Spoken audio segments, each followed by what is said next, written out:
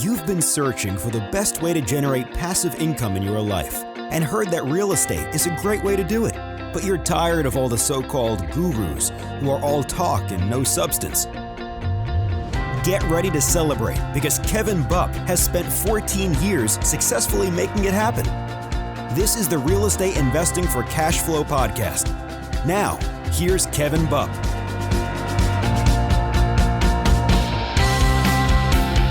Hey guys, Kevin Bupp here. Welcome to episode number 1 of the Real Estate Investing for Cash Flow podcast. Today I have a great discussion to kind of kick things off. We'll be speaking with Frank Rofre from mobilehomeuniversity.com. Frank has a very, very extensive resume. He's the co-founder of mobilehomeuniversity.com, which offers live trainings and different resources and events that teach people how to invest successfully in mobile home parks. He's been doing that for quite some time. Frank he's not just the person that teaches, he's a person that does it as well. He's on track to be the 14th largest owner of mobile home parks in the United States.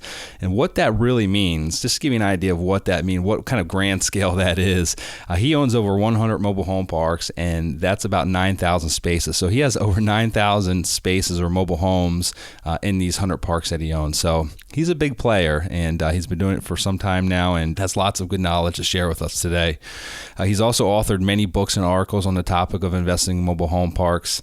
And he's just an all-around, highly experienced real estate investor, and I really think you'll enjoy our conversation with Frank. Before we get on to the interview, let me tell you a little bit more about myself and kind of my background in terms of real estate investing and why I'm doing this podcast. I've been investing in real estate for close to 14 years. I've been a principal in over 100 different transactions. I've owned a successful mortgage company. And, up until the past couple years, I used to only primarily focus on single-family properties. And that's I did that up until 2007, 2008, until I got my butt kicked. And, I made a lot of money, owned a lot of property. But what I never had is I never had a good, strong cash flow from those single family homes. My investment machine was basically buy, fix up. I wanted to keep for long term, but a lot of times you'd have to sell. You'd have to sell to create more capital to go buy more property. But, they never really ever threw off good cash flow. And what happened in 2007, 2008, these properties didn't weather the storm and they dropped in value, but the rents also dropped, which means I ended up feeding the negative monthly payment amounts because I had leverage on these properties. So I had mortgages on them.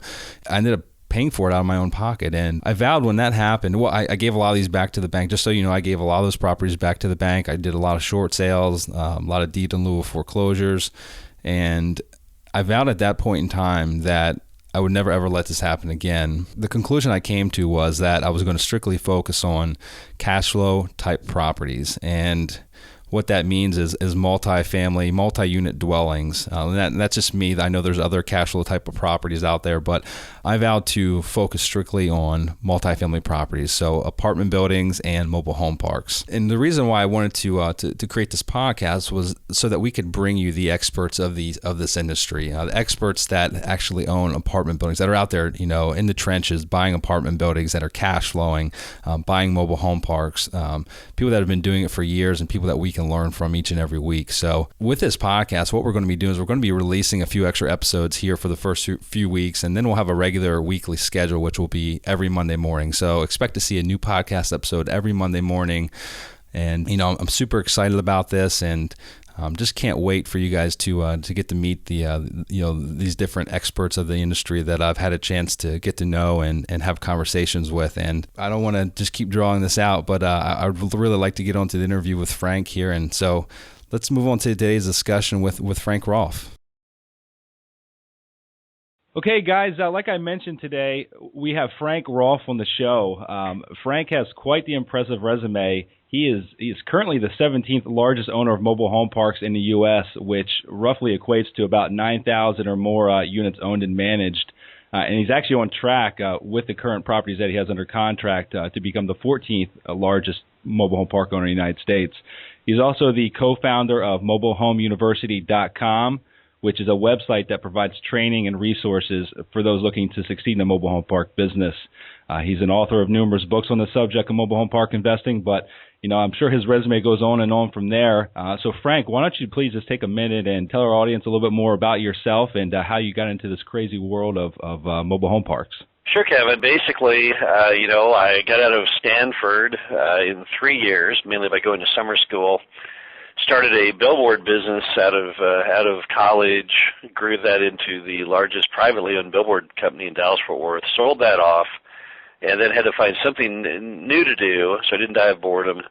And when I had built billboards, I became an expert on zoning, because a lot of what you have to do in billboards is spacings and zonings. So I knew that mobile home parks had the rarest zoning I'd ever seen. The M8 zoning in Dallas, or maybe, I can't imagine there's even more than 15 M8 zonings in the entire city of Dallas, which bear in mind is over 1 million people. So when I thought about what would be interesting to get into, being an economist by training in college, I understand supply and demand decently. It looked intriguing to me, and on top of that, I had built 2 billboards on a mobile home park called Glenhaven. So one of the first calls I made was to the owner of Glenhaven to see if he'd want to sell Glenhaven, and he did, under some very, very attractive terms, $400,000 with $10,000 down, and then he carried $390,000. I refied it later, but I think the initial term on it was, I want to say it was like 15 years. So it was an unbelievably awesomely constructed deal. So basically, not knowing what I was doing, went out and got a concealed handgun license, got a pistol, went down to the little single wide, and sat in there every day from 9 to 5 for a year, dealing with some of the craziest losers you ever saw, which were the original tenant base. Now, over time, I groomed all those people out of the park and replaced those with nice, normal families, predominantly Hispanic families, and the entire look and feel of the park changed overnight, and it became a profitable, safe, quiet place to be. But back in those early days, with all of the hookers and drug dealers, it was just one of the nastiest places on earth. Well, those sound like great terms that you got on the park. I mean, was it profitable going into it at that price that you paid? Well, at that price, what I was basically buying was a bunch of ramshackle trailers, mostly from the 70s and the 80s, a bunch of unkempt property, zero management. Manager was like on coke. So, I mean, I had all the right assets. It would be like if you got a brown shopping bag and had all of the pieces you need to build a computer with. But I had to assemble it all.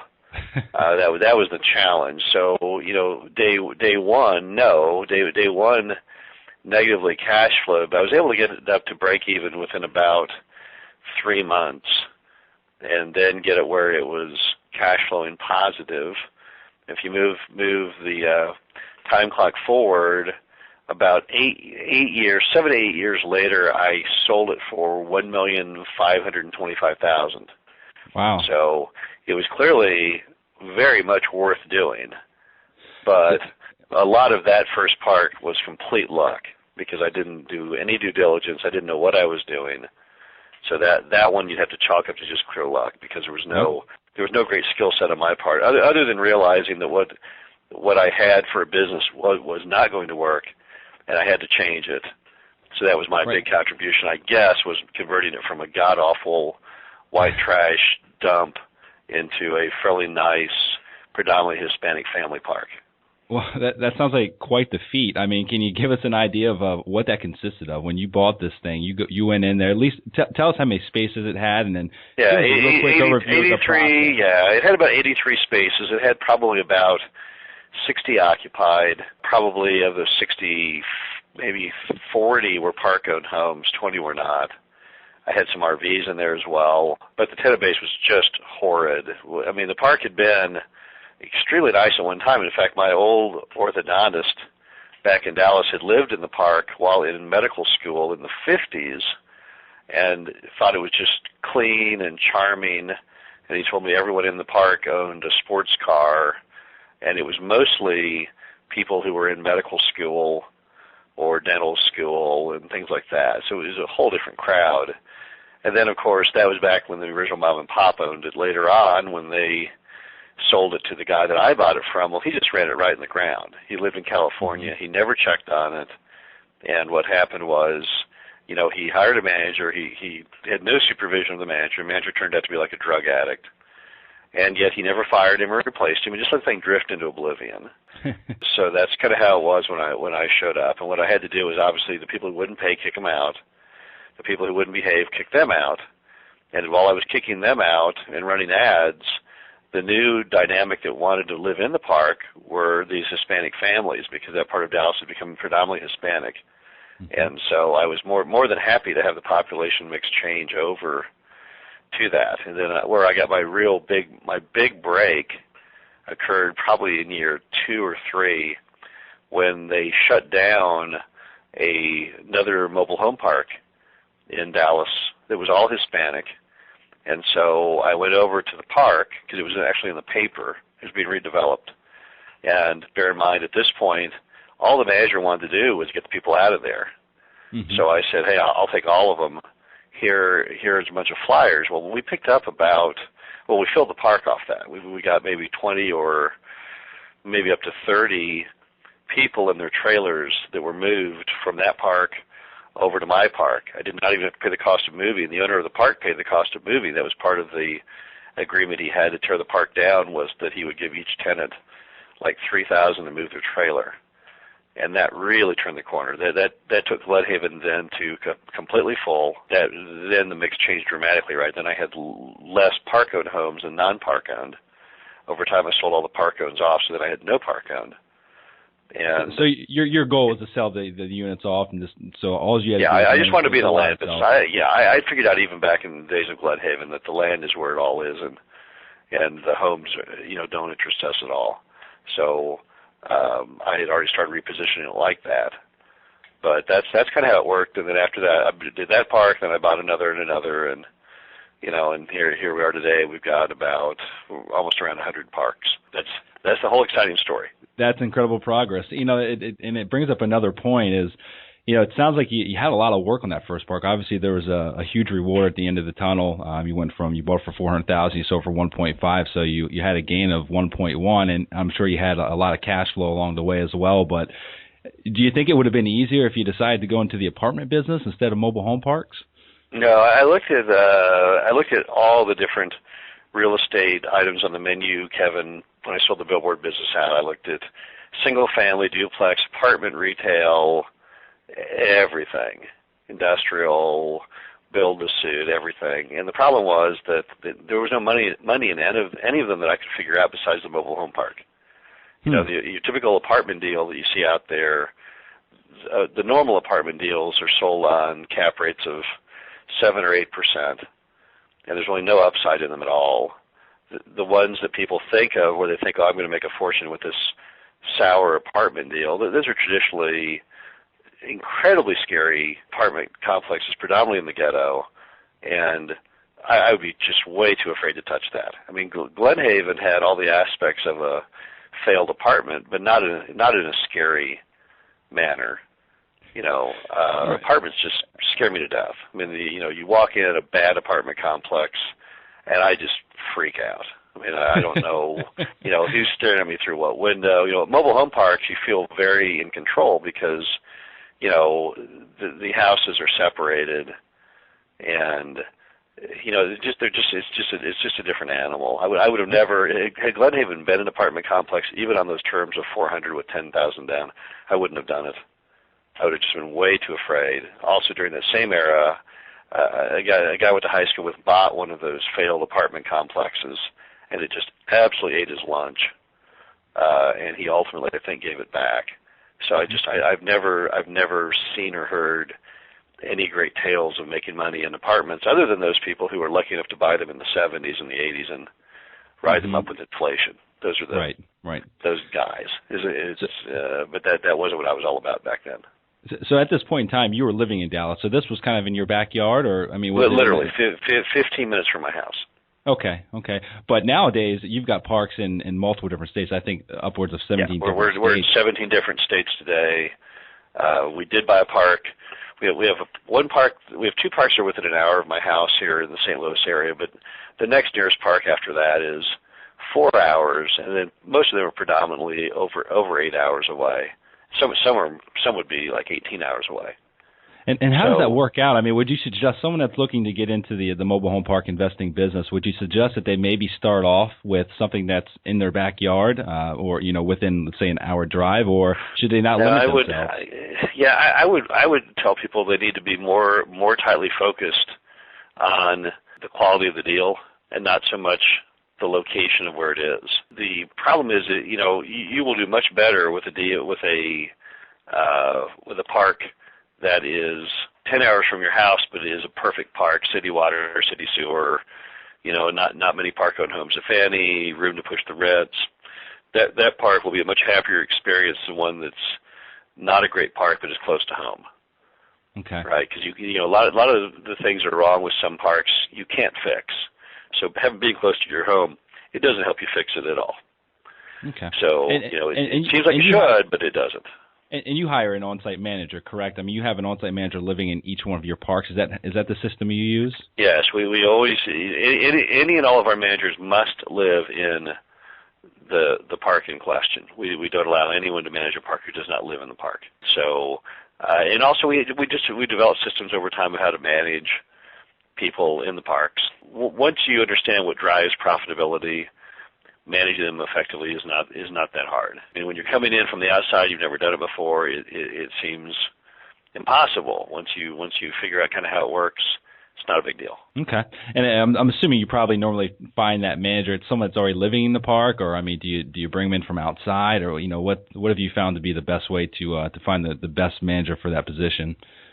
Right. Well, what we normally do is if the park, well, I'll put it this way: we pay traditionally $10 per lot per month to our manager. So 100 Space Park, we pay about $1,000 of cash, plus they get free housing. When you're at that kind of pay scale, you obviously cannot afford to bring in someone from the outside, right? In a smaller park, it would be impossible. So as a result, on those small parks, we always hire someone who already lives there. We look for the guy with the nicest house, nicest car. That's pretty much going to be our manager. Okay. And that system, works well. On the larger parks, we normally will run ads like on Craigslist, and we get in a real wild group of characters. Many of them are just scarier than the tenants. But occasionally we'll find that keeper, and it'll work out. But that's where we get them. We either get them from the outside through, not super sophisticated sources, because obviously you don't want to be looking for employees at those kind of labor rates that are looking for executive jobs, right? And then right. At the same time, the ones that pay sub $1,000 a month, you can't bring in people for that. That's just impossible. Mm-hmm. So on those, we just hire from inside. Okay. Well, you mentioned that in terms of the size of the park, that determines on what type of manager you have in place or how you find them, I guess. What is the size of parks that you guys typically look for? I mean, what's your range? Do you have a minimum and a maximum in size? Yeah, we're looking traditionally at parks that today we're looking at things that are mostly in the range of 100 lots and up. 80 lots and up, things like that. But we still buy some parks that are small as being in the high 30s. So so we haven't varied a whole lot from our early days. Okay. Glenhaven was 83, and my first 5 parks, I had an 83 and a 60 and a 50 and a 103 and 199.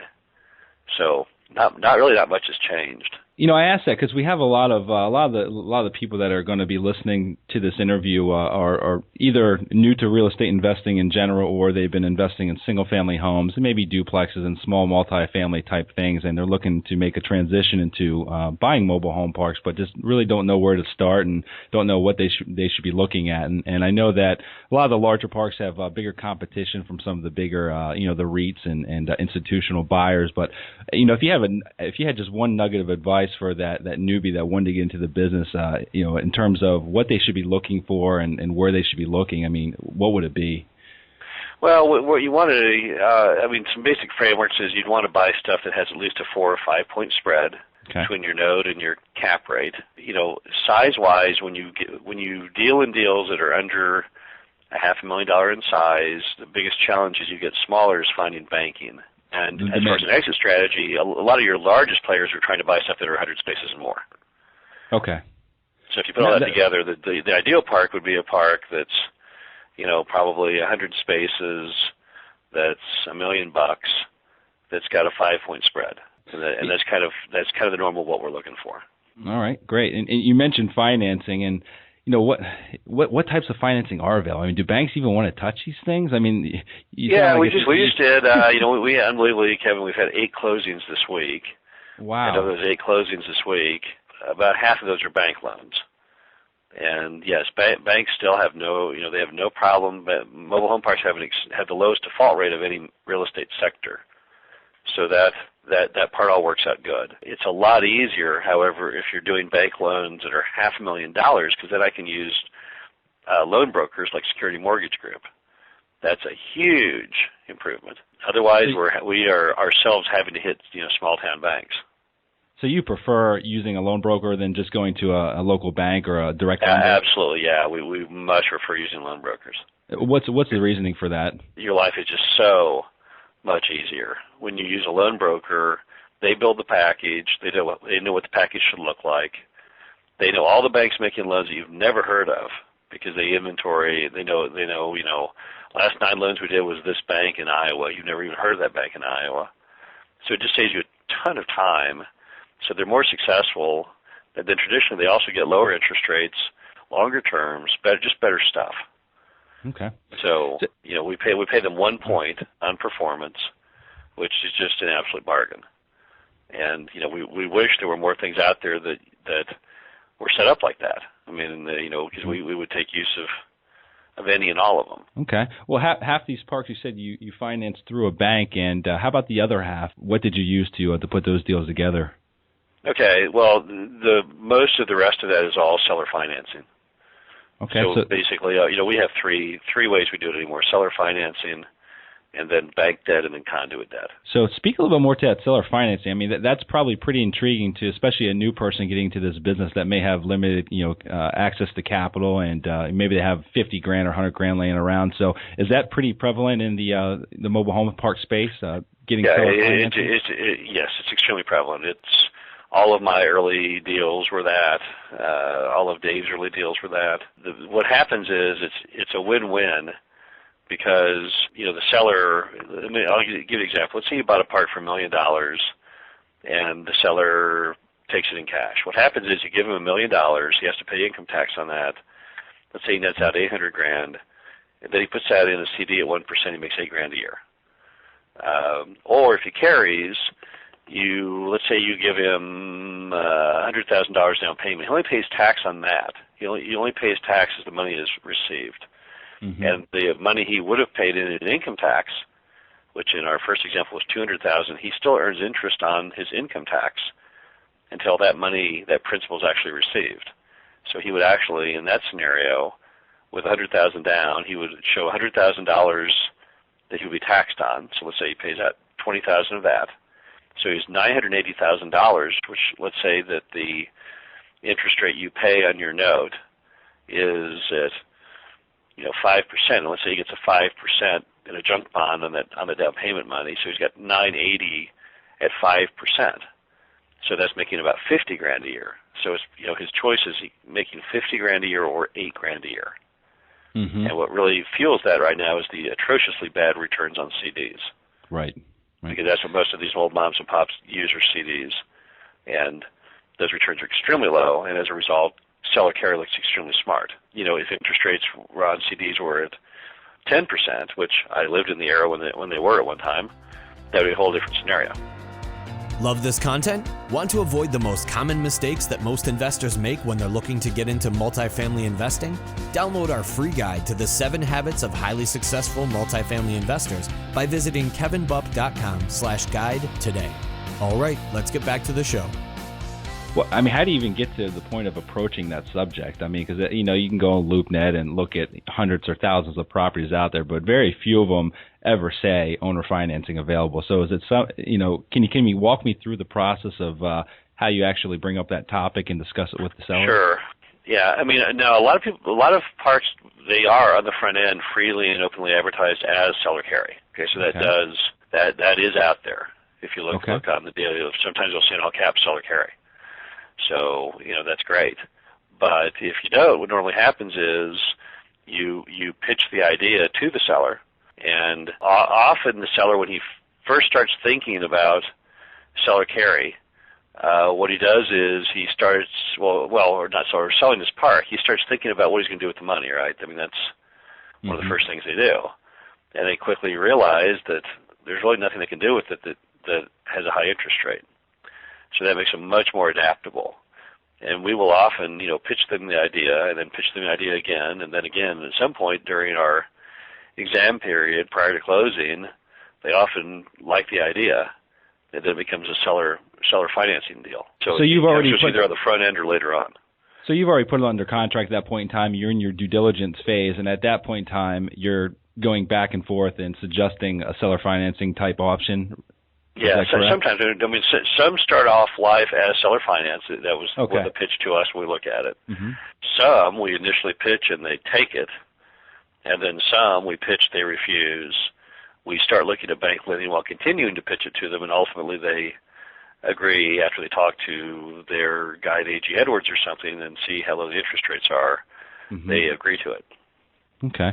Yeah, I'm actually in a similar situation myself. We have a park under contract, a 71-space park here in Florida, and initially it's the 83-year-old twins that own this park, so both very elderly, and they initially accepted owner financing on the park, and I think we were going to they were asking $600 for the park, we're going to do $150 down and a 30-year amortization on the remainder of the debt at 6%, and I think a 5-year balloon is what the original terms were. And then I guess 2 weeks into the deal, or before we actually got it under contract, we were still in back and forth with the LOI, and one of the twins found out that he had cancer, and things changed in his life a little bit at that point in time, and decided that cash was more important now than it was at a later date. So we did our due diligence for about 3 weeks and just decided that it didn't make sense paying cash for it. The returns wouldn't be there, and we'd have to be able to leverage it to get into it right. And so we backed out. And this was only about a week ago. We went to the broker and just told him that we're killing the deal, and we'd still entertain seller financing. And sure enough, I got an email last night, and they are open to the original conversations that we had regarding the owner financing terms. So. And Kevin, we have the same thing all the time. That's just the way that people are in these deals. The guy, they'll ask for everything, then they'll realize they can't get it. Mm-hmm. Then they'll come back to you again. Right. So we have so many deals that they appear dead. We say, yep. They say, no, we wouldn't take a penny under blank. And we say, well, we can't possibly pay blank, so I guess it's all over. And then 2 days later, they call up and say, okay, I'll take it. That's beautiful. It's kind of crazy, but that's just the way it works. Well, Frank, you cover a lot of these things that we're discussing today. You cover a lot of these in your different training materials that you offer through Mobile Home University. And I've actually personally been to 2 of your boot camps, and I had your home study course, which is how I found out about your boot camp. And you have a few other things that you offer as well, which I think you have a manager training certification program.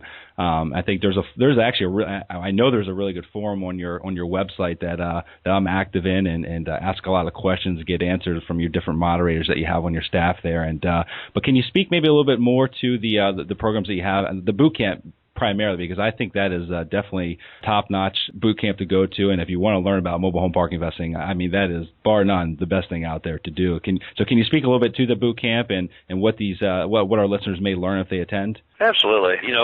What the boot camp is a live training event. It's a 3-day immersion weekend. It's a Friday, Saturday, Sunday. Mm-hmm. We spend 2 days in the classroom and then 1 day, most of that in the field, walking around actual mobile home parks. The goal of it is to get everyone in attendance, competent mobile home park investors. So we go over everything from finding parks to evaluating them and negotiating them and due diligence and turning them around and financing and operating them. So we cover basically everything from beginning to end. And, it's become kind of the standard for lots of different people. I mean, we do everything from train the kids of the larger park owners to train employees of some of the larger park owners to, we've had, we've had appraisers, bankers, people buying parks, people who already own parks in it. So it's a very mixed bag. We do question and answer throughout. And, from being there, we pretty much often will eat lunch and dinner every day together. It's just kind of, it's about as much mobile home park talk as you can humanly handle. And, that's, for people who are seriously looking at really going to buy a mobile home park and not just, kind of half-heartedly pondering it, but who really want to get into it, that's, to us an essential thing to do, because it teaches you everything you need to know. That's what that thing is. It took us literally years before we did the first one, because we initially didn't really want to do it because it takes a lot of time, but over time we kind of got warmed to the idea. So it's actually the last thing we produced, but it's also probably the best thing we produced. Mm-hmm.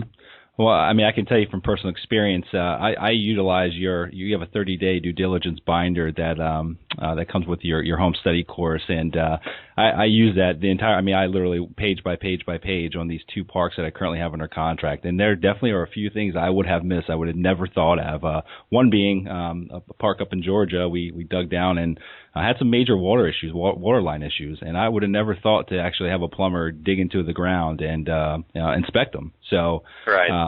I mean, just little things like that.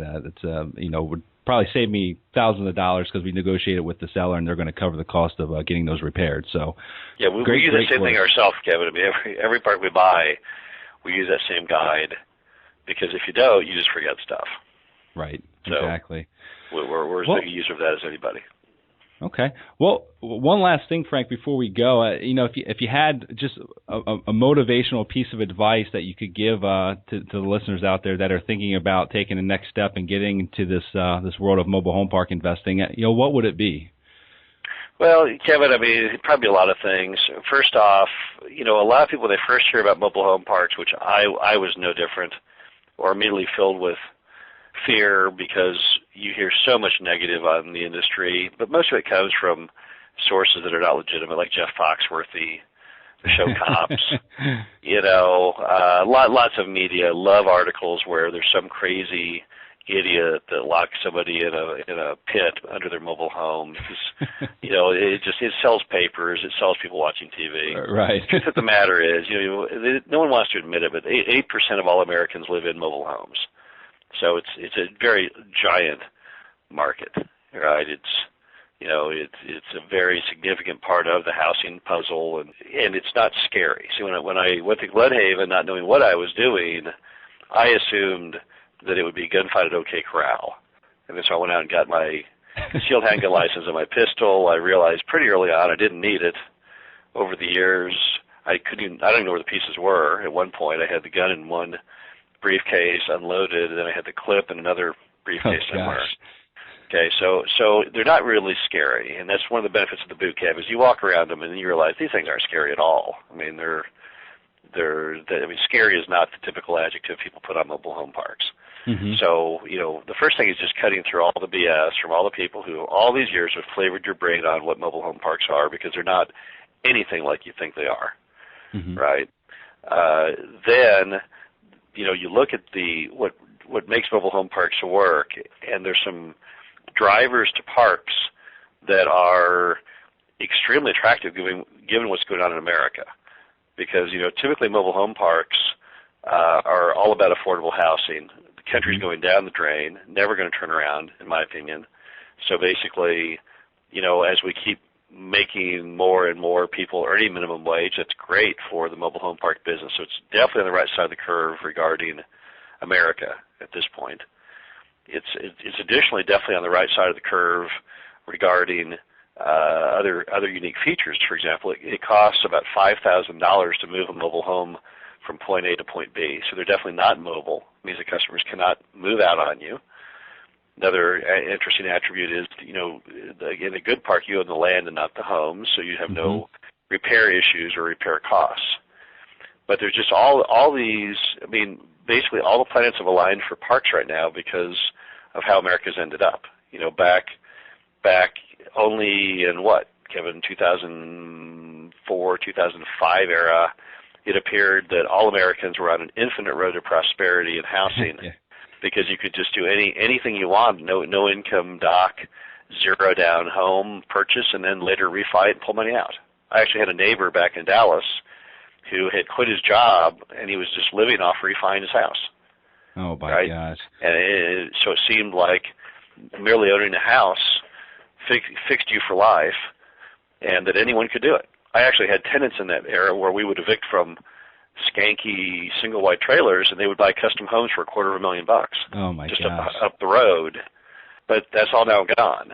And now that everyone recognizes that housing has to require good credit scores and income verification and 20% down, well, that's all gone. And so, mobile home parks have always fit a niche of people who need affordable housing, and that niche is just growing at the speed of light, right? You've got 20% of all Americans now earn $20,000 a year or less as a household. Some people say that study is a lie. It's actually more like 30%. And you have over 50% of Americans on a social program, and then you have 10,000 Americans retiring per day into Social Security of $14,000 a year. So basically, we're making a whole lot of poor people, and that means as long as you buy the park properly, it's really hard to go wrong, right? I mean, so many other sectors of real estate are just chock full of gambling. Retail, for example. I would never buy any kind of retail thing at this point because between the internet and everything else, the traditional mom and pop brick and mortar store is going the way of the buffalo. Whereas parks just have, at this one moment in history, everything has come together for them. So my key message would be that, if you're going to look at buying real estate, it's a no-brainer that parks are the best. There's no question of that. So then if you assume parks are the best real estate thing, really the only thing you have to watch for is doing really, really, really good due diligence and buying the right kind of mobile home park. Okay. Because if you buy the right park, you'll do incredibly well. If you buy the wrong park, you'll do probably incredibly poorly, but there's no reason to buy the wrong park. There was for me at Glenhaven because I had no idea what I was doing. But in the modern era, when there are resources out there telling you what to buy and what not to buy, it's really not that difficult to do well at it. And I know it sounds foreign to a lot of people who hear all the time, here's an investment idea, here's another one idea. For example, let's look at people who buy restaurant franchises, which many people do. I mean, you buy your typical restaurant franchise, and your chance of success is not super duper high. I don't know what it is. Maybe I don't know, Kevin. You might 30%, 20%. I have no idea. I have no clue. It's very low. All right, because the business model is inherently risky, and it is not in tune with the way things are going. People, as they get poorer, don't eat out as much, and people who in America are trying to lose weight, so eating out is not a good way to lose weight. So all kinds of trends fighting against it. Mobile home parks are not. They're not fighting the trends; they're riding with the trends. So I guess the bottom line is, it's a very simple business to do well with. I mean, we buy a lot of parks, and our doggiest park we've ever bought in history, we were able to sell and get our money back out of. So I know it's just I'm amazed today, having been in it for 20 years, at how good things have become as far as all of the trends lining up with the park business. Because that wasn't how it was 20 years ago. 20 years ago, right. We were on the wrong side of the curve because everybody was getting richer. But now that our nation has become a poor people machine, it's like we're just manufacturing more customers for parks every day. I have to tell you that I knew our world was coming to a halt when I was at an Olive Garden restaurant with my wife back in 2005, and the waitress told us that she had just made about $40,000 on a flip. Well, yeah, that would be a definite sign, Kevin. I mean, I knew there was a problem when I went down to fight my property tax appraisal on my house, and my neighbor called me, all mad at me, because he had heard I got down to fight my appraisal, because he had been going down to try and bump his up. So picture that. Guy goes to the tax people and says, you appraised my house at X, and I think it should be higher. And he was doing that because, the tax rate in Dallas is 2.5%, but he was refining the home every year living on it. Gosh. So I knew then there was a problem. It just made absolutely no sense that a guy would go in there trying to pay even more property tax. It just blew my mind. So, the world has changed. One last thing before we go, Frank. You mentioned that You definitely want to do your due diligence to make sure that you're getting into the right deal. And I know as a fact that there aren't many, if at all, new mobile home parks being built in the United States, just because the counties and cities and states don't necessarily want them, or they don't want new ones built. So are there still good deals out there? Do you feel like there's going to be a certain point in time in the coming years, because there's more people getting into this asset class, that the good deals are going to be, they're going to be gone, and all that's going to be left is the crappy ones that everyone passed over? Well, here's how we look at it. There's about 50,000 mobile home parks in the U.S. Probably 10,000 of those are just awful. So let's just take 10,000 of them and throw them in a dumpster. Those 10,000 would be, hillbilly dirt road parks. In Alabama, it would be a piece of land with 2 trailers sitting on it that's not even really a park. So it leaves you about 40,000. Of the 40,000, about 5,000 of those are owned by institutional players. Right, so that leaves you at 35,000 parks out there that are decent and owned by moms and pops. So what's going to really happen, what's going to change the way the industry works, is the reason we can buy these things so well right now is because we buy them from mom and pops who can, A, carry the financing, B, sell it for whatever they want because they own them free and clear. But when that era ends and they all become owned by the next person, the next person is going to be more sophisticated. They're going to not be able to carry the paper because often they'll have a bank loan on it. And all the things that are really liked about the industry are going to dissolve. And, the stuff, the demand and the fact that it costs the tenant $5,000 to move out, those will never change. But the ability to buy them really attractively with seller financing will end. So really, all people in the industry are racing the clock on basically the mortality tables of those folks who own the parks. Our typical park owner that we buy from, traditionally, what they have in common is they're normally a World War II Korean War vet kind of guy. And they were mostly probably born in the 1930s, most of them, some of them in the 1940s. But they're all getting pretty old, right? So our typical seller is probably in his 70s to 80s. And they can't go on much longer. I mean, in the U.S., most people, the mortality rate on men is in their 80s, if they're lucky. So we figure there's about 10 years left, if that much, on the window. And then within 10 years from now, they'll probably all be dead. It's kind of like, you remember a while back, I think we had the last remaining soldier from, a while back, they had the last remaining Civil War soldier, right? He was like 110 or something like that. And he was it. And then when he died, there was not a single living Civil War soldier left. Yep. And then you had, the remaining last of World War I soldiers. Yep, just about a year ago or so, I think. About a year ago, they died. And, at some point, there will be no more original park mom and pops because, the average park out there was built in the 70s. And then when the guy built it in the 70s, he was about 40. So they were born in 1930. And, by the year 2030, there won't be many of those folks left out there, certainly. And we're right now at, 2013. So when you get into 2020s, you're kind of pushing it. So words of advice, get off your lazy butts. If you want to get into this business, get into it and get out there and buy the good parks before they're gone. Pretty much. That's correct. Because once those folks have sold, I mean, that's kind of the end. Okay. And that's really the timetable you're racing against. That's the one that we are constantly worried about. All right. Well, Frank, I appreciate the time you took with us today. I mean, you shared a ton of great advice and wisdom coming directly from the mouth of one of the largest mobile home park owners in the country. So we really appreciate you spending time with us today. And to learn more about Frank and his trainings and resources that he provides, please go visit www.mobilehomeuniversity.com. Again, mobilehomeuniversity.com. And Frank, thanks again, and you take care and have a great week. Thanks a lot, Kevin. All right, guys, that's it for this week's episode. But if you enjoyed it, please be sure to download my free success guide, The 7 Habits of Highly Successful Multifamily Investors, by going to www.realestateinvestingforcashflow.com/guide. And each week we'll be doing something a little bit different than most other podcasts. Each week we'll be giving a shout out and recognizing someone who signed up and downloaded the free guide.